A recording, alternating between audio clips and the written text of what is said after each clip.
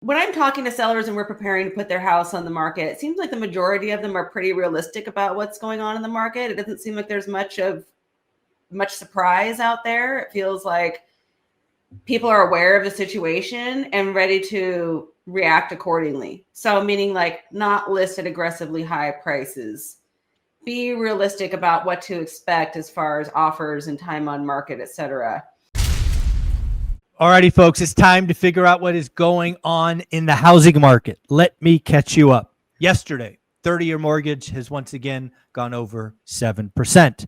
In much of the country, we have already completed or are about to complete the spring selling season. We are seeing inventory up nearly everywhere. I have been calling a buyer's market in most of the country, which seems to be growing. But you know what? Let's figure out what's going on the ground with Beth Traverso, King County, Seattle. What's going on, Beth? Yes. Hey, good to see you. Thank you. Yeah, it's interesting here in the Seattle area. Our spring market would normally be wrapping up around now anyway, because the switch usually flips between Easter and Mother's Day, somewhere in one of those weekends there. We start to see the posts in the groups of the agents like, how was your activity over the weekend? Where all the buyers go? And why aren't there multiple offers? And to some extent, people forget that it literally happens like this every single year.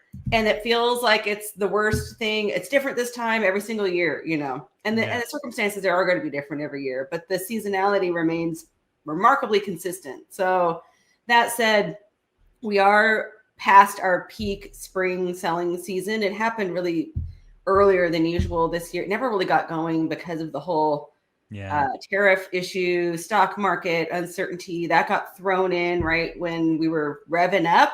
Yeah. And that put the brakes on things. Buyers got confused, and a confused mind says no. So they're waiting, we're waiting, and then coming back. Last week, we talked about people coming back into the market. And then this last week, I've seen, so over the weekend, granted, it was one of the worst weather weekends we've had in a very, very long time, but still, open house activity was remarkably slow, even for what I was expecting. So, wow. That said, the buyers that are coming out are writing offers. So even if there might be two buyers through an open house, there's a good chance one of them might be writing an offer. So yeah, it's really that. It's really, this is going to be a weird year. And as you know, and I've said many times, this is going to be the worst year for transactions of this 4-year cycle. And that call still feels pretty accurate to me at this point, given the dud of the spring selling season. But I think a couple of things I just want to remind people of, and again, it's so simple, but we often forget. As a buyer, specifically an investor, we want less competition, we want more supply, and we want more motivated sellers. So I'm guessing what is happening in every market, even crazy markets like Seattle and King County, with inventory stacking up, there are going to be some folks that will start responding to disrespectful offers, where maybe a year ago they'd be like, we'll wait. Now, as days on markets grow, as competition for selling grows, right, more listings, we're excited about what's to come as competition goes down and supply goes up. Right. And that's what we are seeing. And so a lot of when I'm talking to sellers and we're preparing to put their house on the market, it seems like the majority of them are pretty realistic about what's going on in the market. It doesn't seem like there's much surprise out there. It feels like people are aware of the situation and ready to react accordingly. So meaning like not list at aggressively high prices. Be realistic about what to expect as far as offers and time on market, etc. There's going to be some outliers, of course, but the vast majority are pretty well aware of the situation. So they know that we're not in that market where we can expect bidding wars, etc. Although it does happen sometimes, and I have had it on my listings recently, but we have to be careful not to set the expectation for that. And for buyers, I think it is a really good chance for them to take advantage of some more inventory on the market, some more leverage they have. I am still seeing it mostly in the mid and high tiers where there's the inventory piling up in certain areas, not the low end. Low end is still flying off the shelf. However, I've seen a few. So for example, I saw a couple recently where buyer's inspection didn't work out for whatever reason, house back on market with a price drop. That's something where I would say, here's an opportunity for somebody, because that person, it's a seller's in a different place mentally after that goes on. Oh, for and sure. you can Yeah. come in and offer them something that works for you that maybe you wouldn't have been able to get a few weeks ago. So Yeah, I'm putting that out there. So it's important to be aware of the dynamics between each listing. Sorry, what were you going to say? No, I'm glad you brought that up, because the next thing I want to talk about is the market. And right now I kind of see the market in 3 tiers. And again, I think this tiers play in every market, just different price points. So there's the median and below. So for your market, rough and tough's $1 million and below. That's the entry level first time home buyer. That's still pretty scarce, still pretty competitive. Then there's the median times 2. And then there's the median times 2 and above. And what I've seen in most markets is the luxury stuff stack up first. Like Orange County, I think Adrian told me the other day, like days on market average is 300 plus. Wow. In that kind of super luxury. Mm-hmm. And then there's the next tier, which might be days on market of 75. Mm-hmm. And then there's that entry level stuff, 31, right? Mm-hmm. And, I would tell people in your markets, track that, right? Everybody's median is different, but you can use those ratios, median and below, median times 2, and then, times 2 plus, and just see what's going on, because I think a lot of people are getting confused. They're saying things like inventory's up 35%. Yeah. But is it really up 35% in the stuff that you want?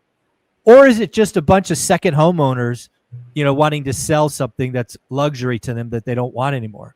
Because being up 30% means nothing if you don't have that entry level inventory.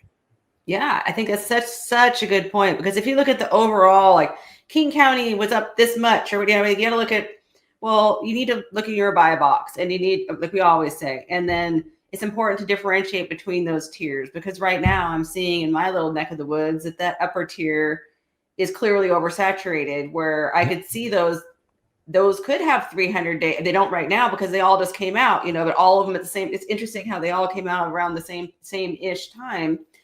And I haven't seen any of them go pending in the last couple of months. So it'll be interesting to see. And if you were a buyer in that price tier, why would you not take your time and wait and see who does a price drop or who's most motivated? It makes sense to do that.